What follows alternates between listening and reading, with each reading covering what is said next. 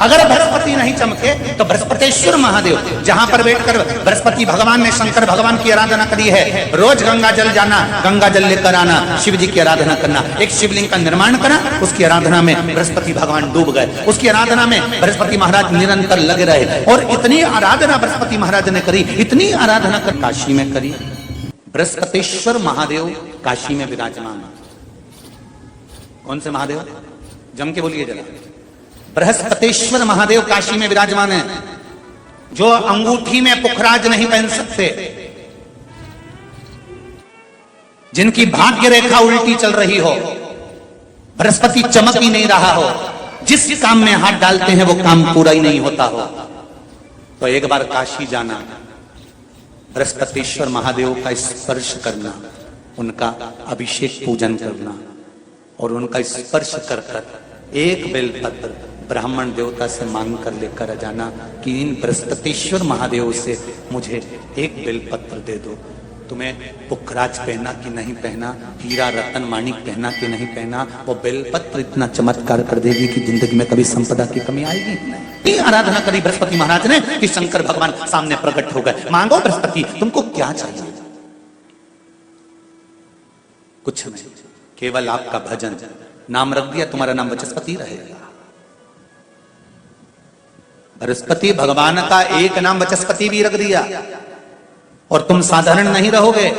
तुमने मेरी आराधना करी है तो देवताओं के गुरु बनकर विराजमान होगे।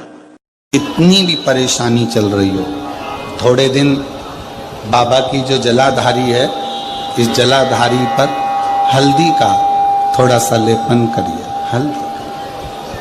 हल्दी का लेपन कर कर जिस पात्र से शिवजी को जल चढ़ाओगी, उसी पात्र पर अपनी 3 उंगलियों का स्पर्श हल्दी का कर कर फिर बाबा को कुंदकेश्वर महादेव के नाम से जल चढ़ाना प्रारंभ करें। जो हल्दी का लेपन आपने जलाधारी पर करा है, उसी जलाधारी की एक उंगली कलश पर लगाकर लेकर आओ।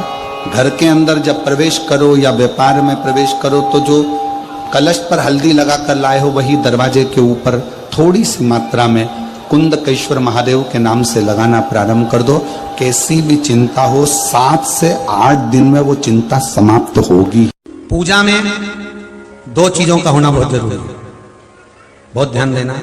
एक, जब कोई भी विद्वान ब्राह्मण आपके घर में पूजन कराने आते हैं, कोई भी विद्वान ब्राह्मण जब आपके घर में पूजन करते हैं, कोई विद्वान ब्राह्मण जब आपके घर में पूजन करने के लिए आते हैं, पूजन कराते हैं, सबसे पहले दीप प्रज्वलित करते हैं।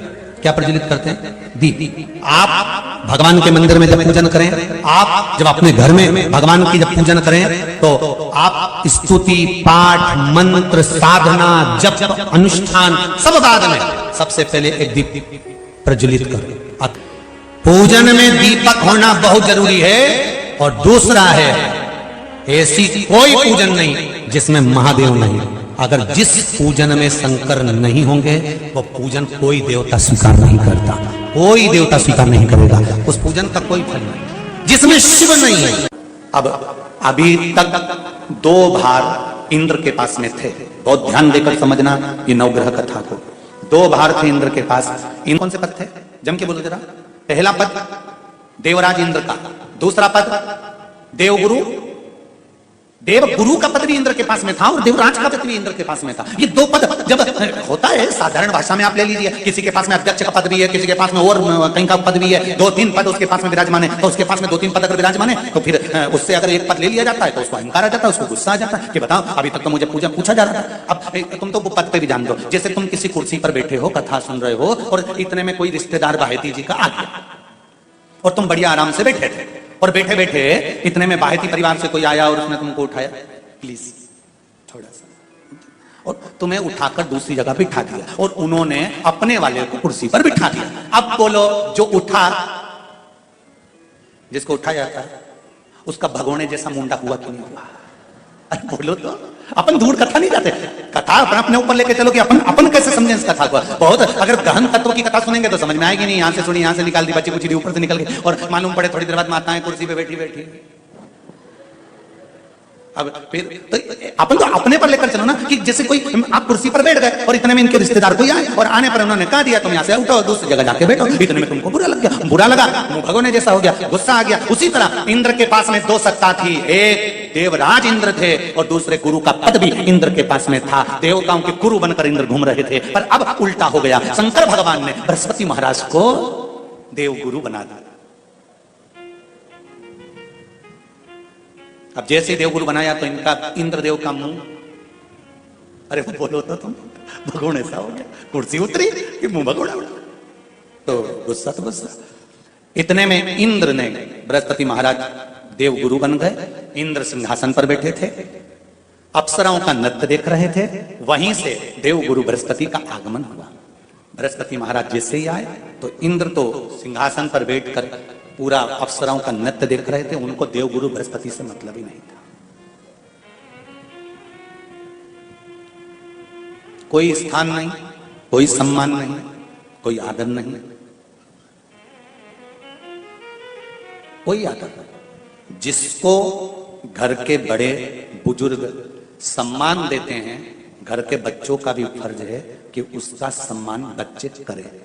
सही है कि गलत है? घर के बुजुर्ग उसको सम्मान दे रहे हैं ना, घर के बड़े उसका सम्मान कर रहे हैं ना, तो घर के बच्चे कहते हैं नहीं वो तो हमारे लिए गलत सोचता है, हमेशा हमारे लिए अपशब्द बोलता है, हमेशा आड़ा टेढ़ा बोलता है। तो घर के बुजुर्ग कहते हैं तुम्हें क्या करना है, जब हम सम्मान दे रहे हैं तो तुम भी दो, हम आदर कर रहे हैं तो तुम भी करो। बृहस्पति महाराज का सम्मान नहीं हुआ। बृहस्पति महाराज वहां से उठकर चले गए, बोले नहीं। जो समझदार होता है वो तुरंत कह देता है कोई बात नहीं, मैं चले जाता हूं। कोई मुख पर क्रोध नहीं, कोई चिड़चिड़ प्रवृत्ति नहीं, कोई अपशब्द नहीं। एक बात मैं आप सबको कहना चाहूंगा, किसी जगह पर यदि आपका अपमान हुआ है, बहुत ध्यान देना जरा, कथा थोड़ी भारी है पर समझ लोगे आप। किसी जगह पर यदि आपका अपमान हुआ है तो आप भगवान शंकर को धन्यवाद देना कि मैंने पूर्व में किसी का अपमान करा होगा तो मेरा हिसाब आपने इतनी जल्दी बराबर कर दिया है, इतनी जल्दी बराबर कर दिया। ये थोड़ा सा अपमान मेरा कराया, मेरा हिसाब बराबर हो गया। कोई गाली दे रहा है, देने दो, शंकर भगवान को धन्यवाद देना, बाबा बड़ी कृपा करी, मैंने पूर्व में इसको गालियां दी होंगी, अपशब्द कहा होगा तो इसने मुझे पलटकर गाली दे दी, अपशब्द कह दिया। ये तेरी कृपा है, ये तेरी दया। और जब तक तेरी करुणा, तेरी कृपा, तेरी दया नहीं हो तब तक कुछ हो ही नहीं सकता। तेरी कृपा।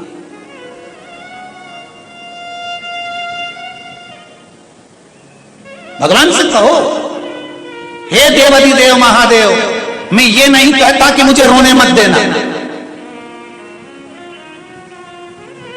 क्योंकि कर्म का भोग तो मुझे भोगना पड़ेगा। देवादिदेव महादेव से कहो, हे देवादिदेव महादेव, मैं ये नहीं कहता कि मुझे रोने मत देना, पर इतना जरूर कहता हूं तेरे सिवा किसी दूसरे के आगे झुकने मत देना, बस इतनी कृपा कर। तुमसे पूछे कि सत्यनारायण जी की कथा कहां से निकली है तो आप बता सकते हो स्कंद पुराण से निकली है। स्कंद पुराण में सत्यनारायण भगवान का चरित्र वर्णन किया गया।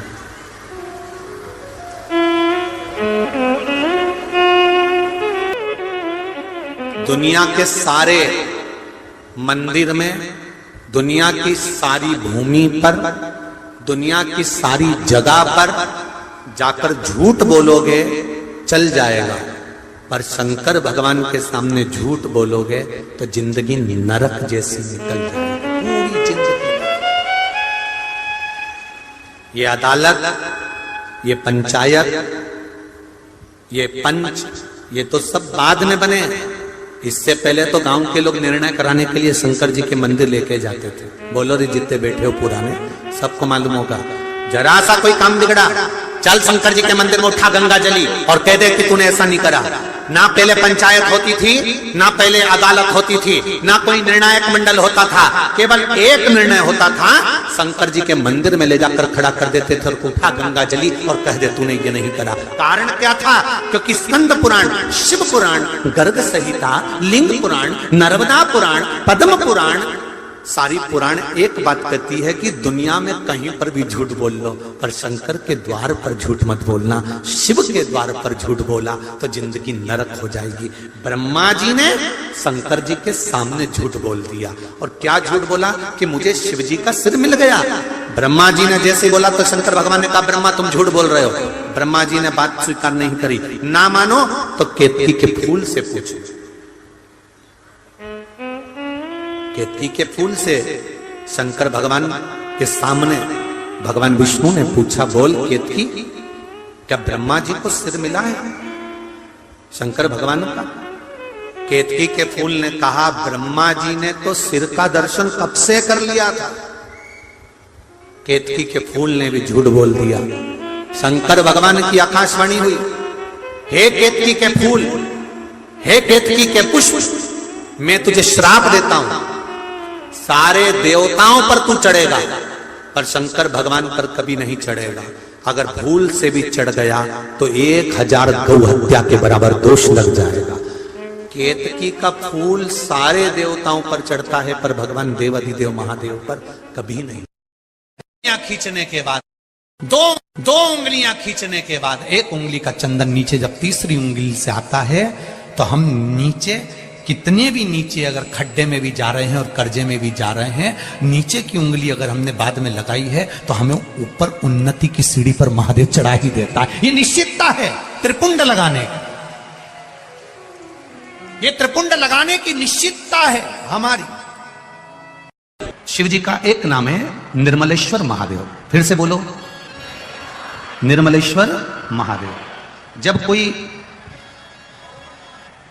हमको कष्ट देने का प्रयास करता है या हमको तकलीफ देता है या हमको दुख देता है या ऐसा लगता है कि कोई हमें तंग कर रहा है, बहुत दिनों से मेरा ये काम होना था, बहुत दिनों से ये फाइल पड़ी है, उस पर सिग्नेचर होना था, वो फाइल आगे नहीं बढ़ रही, उस फाइल को आगे बढ़ना था या काम होना था, पर कोई अड़चन मेरी जिंदगी में जरूर आ रही है, उस जगह पर निर्मलेश्वर महादेव का पूजन कार्य आता है। अब उसको करने के लिए अपने को कोई बहुत बड़ा मंडल नहीं बनाना है, हमें बहुत बड़ा कोई बहुत दिखावा नहीं करना है। केवल 5 वृक्ष की पत्ती को, कितने वृक्ष? बस 5 वृक्ष की पत्ती और एक श्वेत पुष्प, सफेद कलर का पुष्प अशोक सुंदरी वाली जगह पर लगाकर चढ़ा देता है। बस निर्मलेश्वर महादेव का नाम लेकर जब चढ़ाया तो कार्य सफलता की ओर अग्रणी हो। वो निर्मलेश्वर महादेव प्रत्येक जीव के हृदय में निर्मलता प्रदान करना, प्रत्येक जीव के हृदय में एक सुख का अनुभव करवा देना, प्रत्येक जीव के भीतर एक भक्ति का आनंद प्रदान कर देना। कहीं अगर आपको भी लगता है कि मेरा ये काम होना था, मैंने ये लोन लेने के लिए, मैंने कर्जा चुकाने के लिए, मैंने ये मकान बनाने के लिए, मैंने ये कार्य करने, तो 5 दुर्बा, कितनी दुर्बा? जम के बोलो जरा। 5 दुर्बा, 1 बेलपत्र। कभी अगर मौका मिले जीवन में 5 दुर्बा, 1 बेलपत्र, 1 अक्षत, 1 चावल का दाना और तीनों पत्तियों पर लगा हुआ चंदन।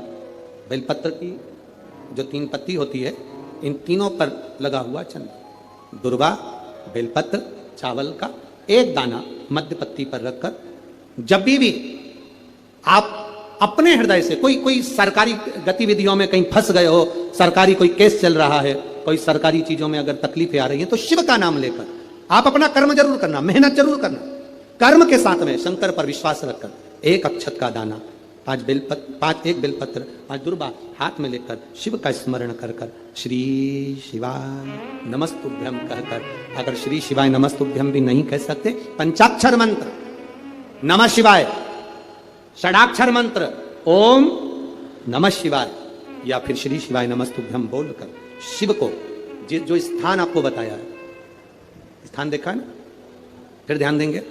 अशोक सुंदरी से शिवलिंग के बीच की जो खाली जगह है, देख रहे हो आप लोग? एलईडीओं पर ध्यान देना, एलईडी और अपने अपने मोबाइल पर अगर आप कथा सुन रहे हो या यहाँ पंडाल में कथा सुन रहे हो या आस्था चैनल पर सुन रहे हो, तो वहां शिवलिंग, अशोक सुंदरी का स्थान, बीच में जो खाली जगह है, इस खाली जगह पर बेलपत्री और दुर्वा का जो पीछे का भाग है, वो पीछे का भाग अशोक सुंदर की ओर होना चाहिए, अशोक सुंदर की ओर उसका भाग हो जाए, और पत्ती को इस तरह से शिवलिंग और जो खाली जगह है उसके मध्य में रखकर, कोई सरकारी चीज के लिए, कोई प्रशासनिक चीज के लिए, कोई केस के लिए, कोई कानूनी कार्यवाही के लिए, कोई तकलीफ में घिरे हुए हो, तो उस स्थान पर ये बेलपत्र केवल एक बार चढ़ाकर बाबा से विनती करना, बाबा उसको स्वीकार जरूर करेगा, कार्य सफल जरूर करेगा। एक बेलपत्र शिव भक्ति के लिए, एक बेलपत्र विचार कर लिया।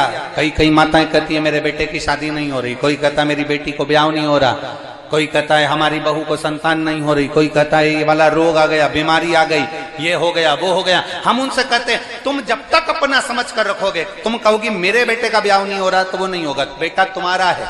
तुमने कह दिया मेरी बेटी का ब्याह नहीं हो रहा, वो नहीं हो रहा क्योंकि बेटी तुम्हारी है। तुम कह रहे हो मेरा रोग नहीं मिट रहा, तुमने जान लिया कि रोग मेरा है। तुम कहते हो मेरे यहाँ संतान नहीं हो रही, मतलब तुम जानते हो कि मेरा है। जिस दिन तुम्हारे मुख से ये शब्द मेरा निकलना बंद हो जाए और निकलने लगे महादेव तेरी बेटी की शादी कब करेगा, महादेव तेरे बेटे का ब्याह कब करेगा, महादेव तेरे घर की बहू आई है उसको छोरा कब देगा, महादेव तेरे बल पर रोग आया है तू कब हरेगा, तो महादेव भी कैंसर जैसे रोग को मिटा देता है।